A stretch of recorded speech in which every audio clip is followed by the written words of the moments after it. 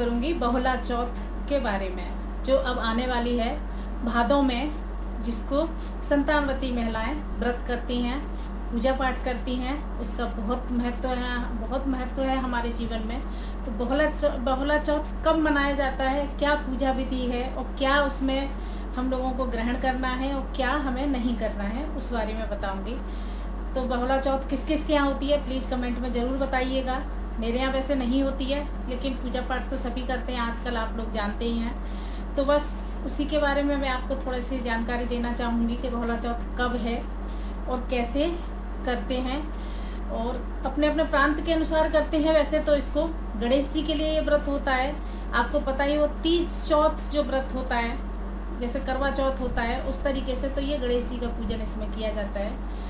और शंकर परिवार शिव पार्वती का पूजन किया जाता है, क्योंकि गणेश के माता पिताजी हैं गणेश जी के, तो उनको भी पूजा जाता है। कि हमारे शास्त्रों में लिखा है कि अगर बच्चों की पूजा होती है तो माँ बाप की भी पूजा होती है। शास्त्रों में हमारे देवी देवता की पूजा होती है। तो उसी बारे में मैं थोड़ा सा बताना चाहूँगी आपको। बहुला चौथ कब है ये बताना चाहती हूँ। बहुला चौथ 2026 में कब पड़ रही है, तो ये पड़ रही है 31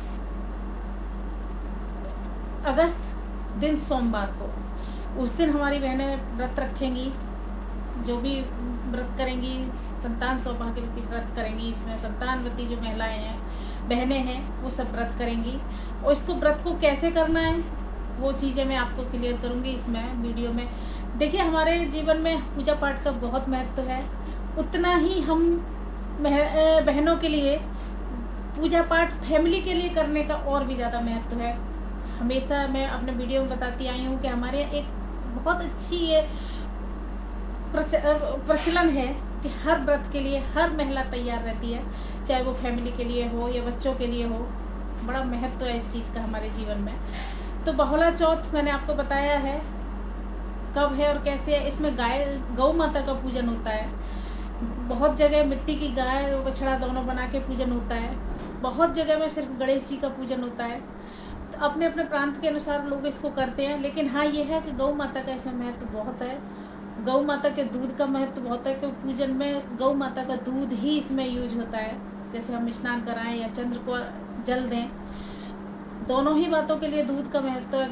गौ माता का दूध ना मिले तो आप ऐसे भी कर सकती हैं, कोई ऐसी बात नहीं है। कभी कभी ऐसा होता है कि चीज़ें नहीं मिलती हैं। कभी क्या होता है, जैसे हम दूध उबाल चुके होते हैं तो उस गर्म दूध को भी हमें यूज नहीं करना। इसमें सिर्फ कच्चा दूध गाय का चाहिए होता है पूजन के लिए भी। गणेश स्नान के लिए भी, गणेश जी की मूर्ति आपके पास सोने चांदी की जो भी मूर्ति है स्नान कराने वाली है, तो कच्चे दूध से आप उनका स्नान कराइए गणेश भगवान का, और पूजन करिए विधि विधान से। रोली मोली चावल जो भी है आप उनको चढ़ाइए। दूसरा क्या है, दूब घास जो होती है गणेश जी को जो चढ़ाई जाती है, वो भी पूजन में बहुत ज़रूरी होती है। तो कलश रखिए, कलश स्थापित कीजिए, नारियल रखिए उस पर, और फिर आप जैसे गणेश जी का पूजन होता है वैसे गणेश जी का पूजन करिए। अच्छा, आप ये बताना चाह रही हूँ मैं, भोग में आप क्या यूज करेंगे गणेश जी के लिए? तो बहुत सारी चीज़ें हैं जो गणेश जी को पसंद हैं। केले भी गणेश जी को पसंद है, लेकिन लड्डू गणेश जी को बहुत पसंद है। आपको पता ही होगा कि गणेश जी के लड्डू हाथों में ज़रूर रहता है। तो आप लोग लड्डू का, मोदक का, जो भी आपके पास हो भोग जरूर लगाइए। वैसे तो देखिए कि भगवान कभी नहीं कहते हैं कि आप हमें, ये तो श्रद्धा भाव देखते हैं, लेकिन एक हमारा है कि हमें भोग लगाना ही चाहिए हर चीज़, जो भी मान्यता होती है। तो गणेश जी का लड्डू का भोग आप लगाइए आराम से। बेसन की बनी हुई चीज़ों से बहुत ज़्यादा, चने की दाल भिगोकर भोग लगाइए। दूसरे चने की दाल से बने हुए बहुत सारे पदार्थ ऐसे हैं, हलवा हो गया, लड्डू, बूंदी का लड्डू हो गया, बेसन का लड्डू हो गया। ये चीज़ें भी आप गणेश जी को बनाकर भोग लगा सकती हैं, क्योंकि गणेश जी को लड्डू मोदक बहुत पसंद है। हमेशा कुछ न कुछ ऐसा रहता है। अच्छा, ये बात भी है कि हम, जैसे आपको पता हो, गणेश चौथ जो व्रत रखते हैं, ये आती है इसमें नवंबर दिसंबर में आती है, जो उसको भी हम व्रत करते हैं। कभी जनवरी में भी आती है, वो उसको करते हैं। तो जैसे तिल का महत्व है, वैसे ही इसमें चने की दाल का भोग का, चने से बने हुए पदार्थ का महत्व है, वो आपको भोग जरूर लगाना चाहिए। और इसका व्रत सुबह से लेकर शाम तक व्रत होता है, निर्जल व्रत होता है। वैसे इसका लोग, बहनें हमारी निर्जल व्रत करती हैं, फिर शाम को जल फल, चांद को जल दे के फिर उसके बाद अपना जल फल या भोजन करती हैं। जो भी जिसके यहाँ जैसा होता हो वैसा अपना करें। अपने बुजुर्गों से पूछिए कि आपके यहाँ क्या होता है, उस तरीके से बहोला चौथ का व्रत करें। दूसरी बात, गौ सेवा बहुत ज़रूरी है इसमें। देखिए ऐसा होता है जब बहोला चौथ में क्या होता है, बछड़े के लिए दूध जरूर छोड़ा जाता है। गाय जिसके यहाँ बिजनेस, बहुत सारे लोगों को मैंने सुना है कि जिनके यहाँ दूध बिकता है वो लोग उस दिन दूध भी नहीं बेचते हैं और फ्री में दूध देते हैं, क्योंकि इतने दूध का करेंगे क्या। अगर किसी के यहाँ 10 गाय 10 भैंसे हैं तो इतने दूध का क्या करेंगे। बड़े बड़े बिजनेसमैन है वो ये चीज़ को नहीं मानते हैं। लेकिन जो घरों में जो माना जाता है, जो बहोला चौथ करती हैं वो हमारी बहनें, वो दूध चाहे घर में यूज करें या किसी को बांट दें, लेकिन उस दिन दूध नहीं बेचती हैं, क्योंकि कुछ ऐसा मान्यता है। तो उस दिन नहीं करना चाहिए कि दूध और पूत बराबर होता है। और जब पूजा करें अपनी संतान को बिठाइए साथ में, उनको कहानी, इसकी कथा भी आती है, बहोला चौथ की कथा भी होती है, वो भी करिए आप। संतान को साथ बिठाइए अपने और उनको भी कथा सुनाइए, तिलक कीजिए उनको, और उनके हाथ में मोली, जो भी आप हो आपके पास, वो मोली बांधिए।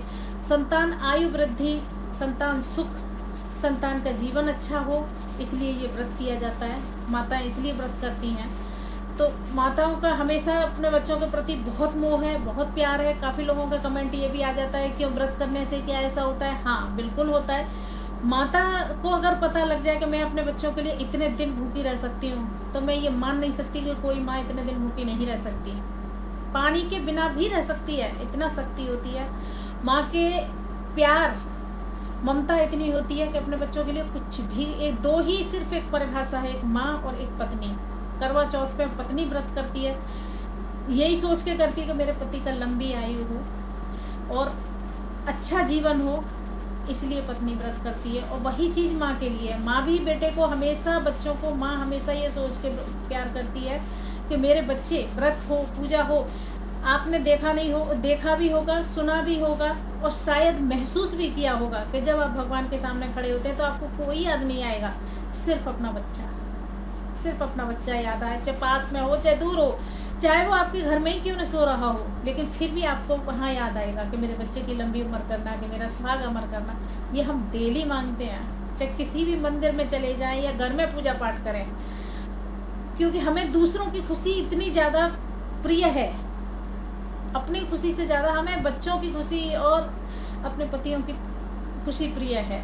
तो गौ सेवा जरूर कीजिएगा। कहीं आपके आसपास कहीं गौशाला है, वो जरूर कीजिएगा उस दिन अगर हो सके तो। अच्छा, गाय आपके घर दूध दे रही है तो आप उसका दूध छोड़िए, बछड़े के लिए, पूजा के लिए दूध निकालिए बस। और जो घर में जो पर्सन है, जैसे चाय पीते हैं या दूध पीते हैं बच्चे छोटे, उनके लिए दूध निकालिए, लेकिन गाय बछड़े को ज़्यादा से ज़्यादा उस दिन दूध पिलाइए, क्योंकि ये बहोला चौथ में मान्य है। ये चीज़ मैंने क्लियर कर दी है आपको, समझ गए होंगे आप ये चीज़ कि बहोला चौथ का मतलब क्या है। मैंने टाइम भी आपको, दिन भी बता दिया किस दिन करनी चाहिए, ये बहोला चौथ का व्रत किस दिन करना चाहिए। देखिए कुछ चांद चौथ के ऐसे होते हैं जो हम लोग नहीं देखते हैं। जो बहनें बहोला चौथ का व्रत नहीं कर पाएंगी वो सिर्फ पूजा पाठ करके, और जो इस साल नहीं शुरू करना चाह रही हैं वो घर में, फैमिली में जो भी आपके यहाँ पूजा पाठ कर रहे हो तो उनका धन्यवाद ज़रूर लें और ज़रूर धन्यवाद करें और हाथ जोड़ के प्रार्थना करें कि अगले वर्ष हम अच्छे से व्रत कर पाएँ गणेश भगवान से। और आपके यहाँ जो भी पूजा पाठ कर रही हो आप कथा सुने, पूजा करें और गणेश जी से प्रार्थना करें कि सब सुख समृद्धि रिद्धि सिद्धि सब हमारे घर में आए। बस इतना ही आज के वीडियो में। तो चलिए मिलते हैं नेक्स्ट वीडियो में, और बहुत बहुत धन्यवाद आप लोगों का। काफ़ी सारी महिलाओं को ये संशय रहता है, हमारी बहनों को, कि पहली बार हम व्रत करें या ना, क्योंकि इस बार अधिक मास था। तो काफ़ी सारी बहनों को ये डाउट रहता है कि हम इस साल करें या ना करें। तो देखिए क्या होता है, काफ़ी सारे लोगों से मैंने ये सुना है कि वैसे 12 अगस्त से सूर्य अस्त हो गए थे, जो अब अपने उसमें आ गए हैं, तो आप व्रत कर सकते हैं। लेकिन आपके अगर नहीं होता है पहली बार ऐसे में तो आप मत कीजिएगा, क्योंकि 13 महीने का ये साल माना जाता है, तो इसलिए इसमें नहीं करते हैं। जो सुहाग के लिए व्रत करते हैं वो भी नहीं करते हैं। तो हो सकता है आपके यहाँ ये परंपरा हो कि आप ये उस साल ना करें, तो ये बात ज़रूर ध्यान में रखिए आप। अब आप कहेंगे कि मैं उस सुबह जो चौकी आपने लगाई थी, जो कलश रखा था, उसका क्या करें? तो आप उसको दूसरे दिन, जिस रात को व्रत पूर्ण आपका जल देने के बाद व्रत पूरा होगा, सुबह जब आप पारण करेंगी, नहाएंगी धोएंगी, उसके बाद उस चौकी को उठाइए और सारा सामान व्यवस्थित कीजिए जो भी आपने रखा है, और जो आपका पूजा पाठ में सामग्री, फूल है और जो भी आपने यूज किया है, वो बहते पानी में विसर्जित कीजिए जाके। ये इसका पूर्ण नियम है। गौ सेवा जरूर कीजिए, कहीं आसपास में कहूँ गौशाला हो तो वहाँ जाके कपिला पशु आहार होता है वो दीजिए जाके, कहीं घास खिलाइए। शहर है तो खरीद के भी ले सकते हैं आप, गाँव है तो आप काट के चारा भी दे सकते हैं।